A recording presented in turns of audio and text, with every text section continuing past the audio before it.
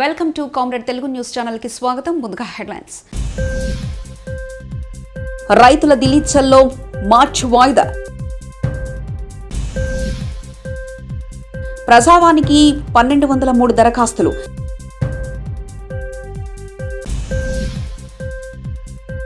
Secunderabad cantonment ఉప ఎన్నికపై చర్చ. నేడు టీడీపీ జనసేన తొలి జాబితా విడుదల.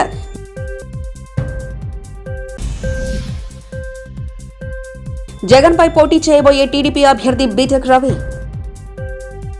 కనీస మద్దతు ధరతో సహా పలు డిమాండ్ల కోసం ఆందోళన చేస్తున్న రైతులు ఢిల్లీ చలో పాదయాత్రకు ప్రస్తుతానికి విరామం ప్రకటించారు. ఈ కార్యక్రమంలో సంయుక్త కిసాన్ మోర్చా ఢిల్లీ చలో మార్చి ఫిబ్రవరి 29కి వాయిదా వేసింది.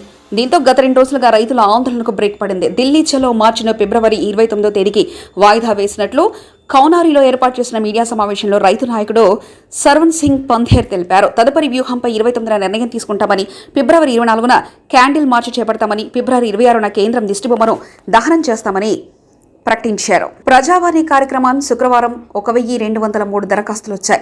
ప్రజల నుండి నోడల్ అధికారి దివ్యా దేవరాజన్ ఆర్జీలను స్వీకరించారు. వారి సమస్యలు వీలైనంత త్వరగా పరిష్కరించేందుకు కృషి చేస్తారని ఈ సందర్భంగా ఆమె వారికి భరోసా ఇచ్చారు. గురుకులాల్లో చేపట్టిన నియామకాలను పారదర్శకంగా చేపట్టాలని అభ్యర్థులు ప్రజావాణిలో దివ్యా దేవరాజన్ను కలిసి వినతి పత్రం అందజేశారు. ఎస్సీ, ఎస్టీ, బీసీ, మైనార్టీ సంక్షేమ గురుకులాల్లో ఉపాధ్యాయ నియామకాల్లో అభ్యర్థులకు తీరని అన్యాయం జరుగుతుందని, మొదటగా పై స్థాయి టీఎల్జేఎల్ నుంచి కింది స్థాయి పీజీటీ, టీజీటీ వరకు ఉద్యోగాలను భర్తీ చేయాలని ఈ సందర్భంగా అభ్యర్థులు దివ్యా దేవరాజన్ను కోరారు. సిట్టింగ్ శాసనసభ్యురాలు లాస్యానందిత రోడ్డు ప్రమాదంలో మృతి చెందడంతో సికింద్రాబాద్ కంటోన్మెంట్ ఉప ఎన్నిక చర్చనీయాంశంగా మారింది. సభ్యులు ఎవరైనా మరణిస్తే 6 నెలలలోపు ఉప ఎన్నిక నిర్వహించాలని నిబంధన ఉంది. అయితే లోక్సభ ఎన్నికల షెడ్యూల్ మరో 15 రోజుల్లో వెలువడిందని ప్రచారం జరుగుతున్న నేపథ్యంలో వాటితో పాటు కంటోన్మెంట్ ఉప ఎన్నిక నిర్వహణ సాధ్యమా కాదా అన్న విషయంపై స్థానికంగా తర్జన భర్జనలు పడుతున్నాయి. లోక్సభ ఎన్నికల నిర్వహణపై ఈపాటికి అధికార యంత్రాంగం కసరత్తు ప్రారంభించిన సంగతి విదితమే. ఇప్పటికే అసెంబ్లీ స్పీకర్ నుంచి రాష్ట్ర సీఈఓకు కంటోన్మెంట్ సీట్ ఖాళీ అయ్యిందంటే అధికారికంగా సమాచారం పంపడం, అక్కడి నుంచి కేంద్ర ఎన్నికల కార్యాలయానికి ఈ సమాచారం అందాల్సి ఉంటుందని తెలుస్తోంది. ఏపీ శాసనసభ ఎన్నికల్లో సీఎం జగన్పై టీడీపీ, జనసేన, బీజేపీ కూటమి తరఫున మారెడ్డి రవీంద్రనాథ్ రెడ్డి, బీటెక్ రవి పోటీ చేయనున్నారు. రవీంద్రనాథ్ టీడీపీ తరఫున ఎమ్మెల్సీగా పనిచేశారు. జగన్ ఎక్కడ పోటీ చేస్తే తానక్కడ పోటీ చేస్తానంటూ గతంలో పలుమార్లు రవీంద్రనాథ్ రెడ్డి పేర్కొన్నారు. అందుకు తగ్గట్టుగానే జగన్ ప్రస్తుతం ప్రాతినిధ్యం వహిస్తున్న పులివెందుల నియోజకవర్గం నుంచి రవీంద్రనాథ్ బరిలో దిగనుండడం గమనార్హం. ఏపీని అభివృద్ధి పథంలో నడిపించాలని, రాష్ట్ర బంగారు భవిష్యత్తు కోసం టీడీపీ, జనసేన కలిశాయని జనసేన అధినేత పవన్ కళ్యాణ్ పేర్కొన్నారు. పొత్తుకు బీజేపీ ఆశీస్సులు కూడా ఉన్నాయని వెల్లడించారు. ఇప్పటం ఘటన నుంచి చాలా జాగ్రత్తగా అడుగులు వేస్తున్నామని పవన్ పేర్కొన్నారు. వైసీపీ విముక్త ఏపీ కోసం తామంతా కలిసి పనిచేస్తామని పవన్ స్పష్టం చేశారు. ఇక పవన్ 5గురితో కూడిన లిస్టును విడుదల చేశారు. అయితే బీజేపీ కోసం తన సీట్లు తగ్గించుకున్నానని పవన్ వెల్లడించారు. మన ఓటు టీడీపీకి ఎంత ముఖ్యమో టీడీపీ ఓటు మనకు పడడం కూడా అంతే ముఖ్యమని పవన్ అన్నారు. అందులో భాగంగానే ఈ రోజున ఒక బంగారు భవిష్యత్తు కోసం రాష్ట్రాన్ని సరైన అభివృద్ధి పనులు పెట్టడానికి మనస్ఫూర్తిగా ఈ రోజున శ్రీకారం చుట్టడం జరిగింది. అందులో భాగంగానే ఈ రోజున జనసేన, తెలుగుదేశం కలిసి ప్రారంభించింది. దీనికి మరింత బలోపేతం చేయడానికి భారతీయ జనతా పార్టీ కూడా శుభాశిస్సులు ఉన్నాయి కాబట్టి మీ అందరికీ తెలిసింది. అందుకని ఆ పొత్తు ఎట్లా వెళ్ళిపోతున్నాం ముందు పెద్దలు, మాజీ ముఖ్యమంత్రి, ప్రతిపక్ష నాయకులు శ్రీ నారా చంద్రబాబు నాయుడు గారు వివరిస్తారు. ఆ తర్వాత జనసేన ఎన్ని స్థానాల్లో పోటీ చేస్తామో తెలియజేస్తారు. 2024 ఎన్నికల్లో గెలిపే లక్ష్యంగా ముందుకెళ్తున్న టీడీపీ, జనసేన అభ్యర్థుల తొలి జాబితాను ప్రకటించింది. ఫస్ట్ జాబితాలో మొత్తం సీట్లకు గాను అభ్యర్థులను ప్రకటించారు. ఈ జాబితాలో మొత్తం 98 స్థానాలు ప్రకటించగా ఇందులో టీడీపీకి 94, జనసేనకు 5 స్థానాలున్నాయి. జనసేన అభ్యర్థులను పవన్ కళ్యాణ్, టీడీపీ అభ్యర్థులను చంద్రబాబు ప్రకటించారు. PGVR Naidu alias Gannababu, అరొక valley, Siriveri Donnudora, పాయకారాపేట, Vangalapudi Anitha, Narsipatnam, చింతకాయల అయ్యన్నపాత్రుడు, తుని, యనమల దివ్య, పెద్దాపురం, నిమ్మకాయల చినరాజప్ప, ఆనపర్తి, నల్లిమెల్లి రామకృష్ణారెడ్డి, ముమ్మడివరం, డోట్ల సుబ్బరాజు, గన్నవరం శ్రీ పెళ్ళ రాజేష్ కుమార్, కొత్తపేట బండారు సత్యానందరావు, మండపేట వేగుళ్ల జోగేశ్వరరావు, రాజమండ్రి సిటీ ఆదిరెడ్డి వాసు, జగ్గంపేట జ్యోతుల వెంకటప్పారావు, ఆచంట పీతాని సత్యనారాయణ, పాలకొల్లు నిమ్మల రామానాయుడు, ఉండి మంతెన రామరాజు, తణుకు అరిమెల్లి రాధాకృష్ణ, ఏలూరు బడేటి రాధాకృష్ణ, చింతలపూడి సోంగార్ రోషన్, తిరువూరు కొలికపూడి శ్రీనివాస్, నూజివీడు కొలుసు పారసారథి, గన్నవరం యార్లగడ్డ వెంకట్రావు, గుడివాడ వెనుగంట రాము, పెడన కాగిత వెంకట కృష్ణప్రసాద్, మచిలీపట్నం కొల్లూరు రవీంద్ర, పామర్రు వర్ల కుమార్ రాజా, విజయవాడ సెంట్రల్ బోండా ఉమా,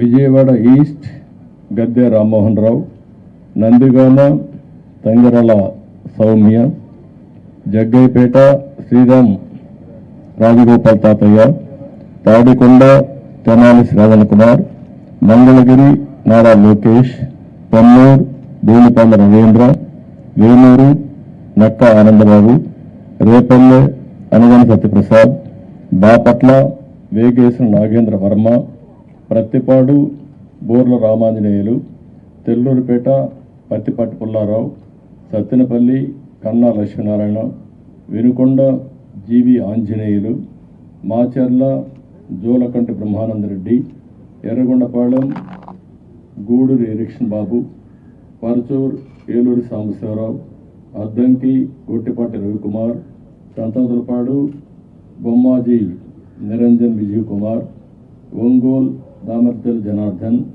జనార్దన్ రావు, కొండేపి డోలా శ్రీ బాల వీరాంజనేయ స్వామి, కనగిరి ముక్కు ఉగ్ర నరసింహారెడ్డి, కావలి కావ్య కృష్ణారెడ్డి, నెల్లూరు సిటీ జనసేన ఎప్పుడు టీడీపీ అనుబంధ పార్టీని ప్రభుత్వ సలహాదారు సజ్జల రామకృష్ణారెడ్డి అన్నారు.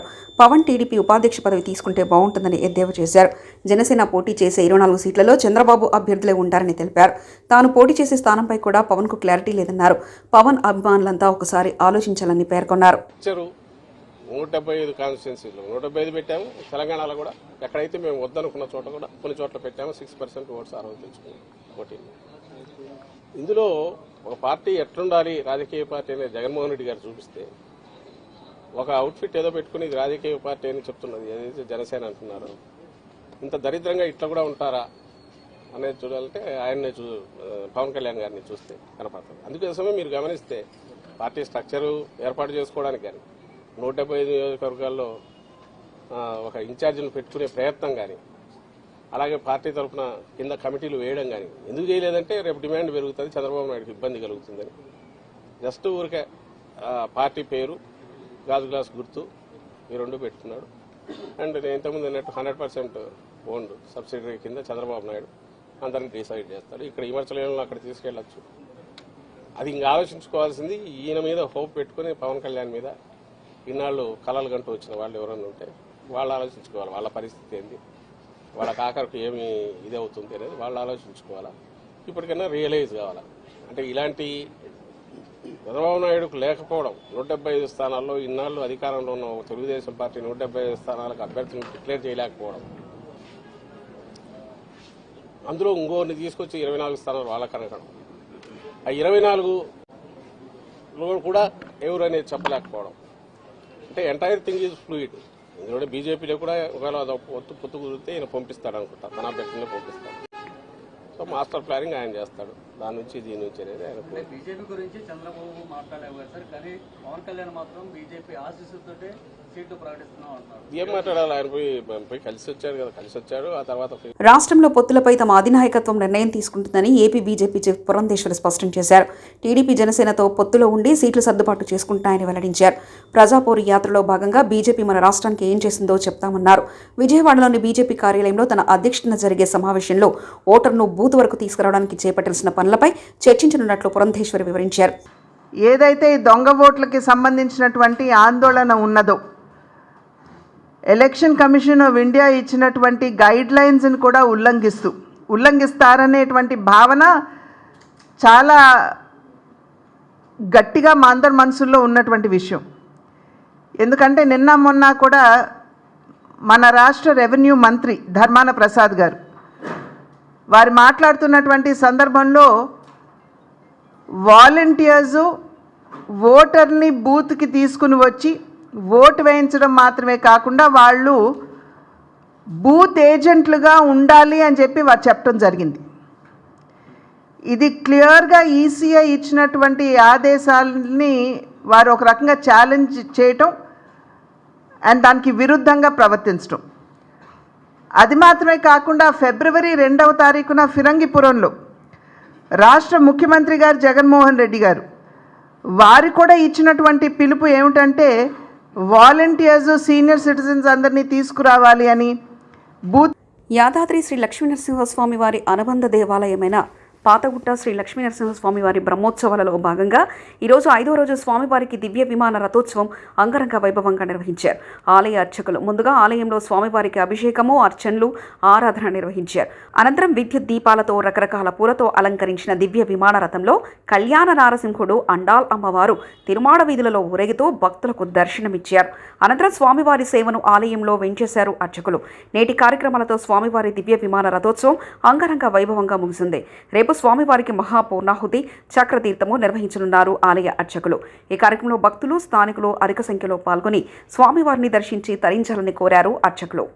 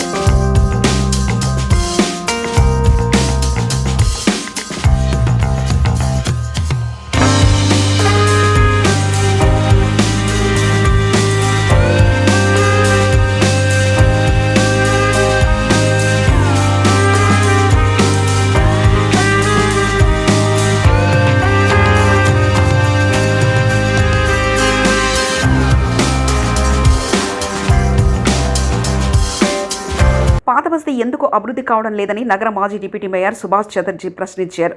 పాతబస్తీలో ఎంఐఎం ప్రజాప్రతినిధులు రాష్ట్ర గ్రేటర్ బడ్జెట్ కేటాయింపులో తీవ్ర అన్యాయం జరిగినా నిర్ణయించకపోవడం దారుణమని ఆగ్రహం వ్యక్తం చేశారు. ప్రభుత్వ పథకాలని పాతబస్తీకి ఎందుకు చేరడం లేదని నిలదీశారు.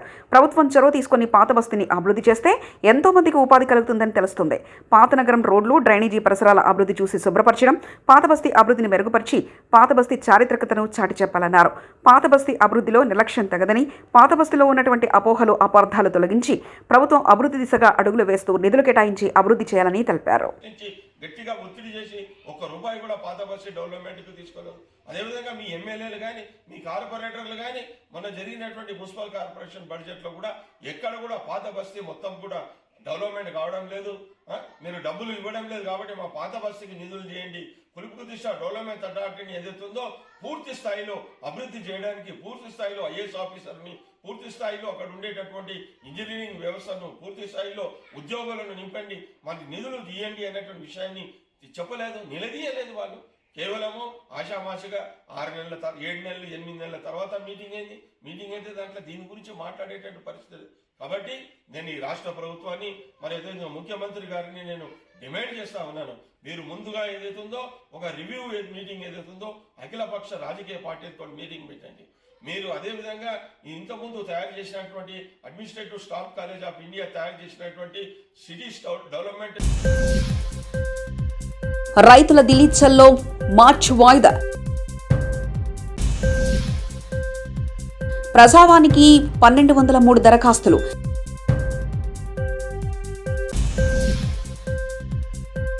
సికింద్రాబాద్ కంటోన్మెంట్ ఉప ఎన్నికపై చర్చ. నేడు టీడీపీ జనసేన తొలి జాబితా విడుదల.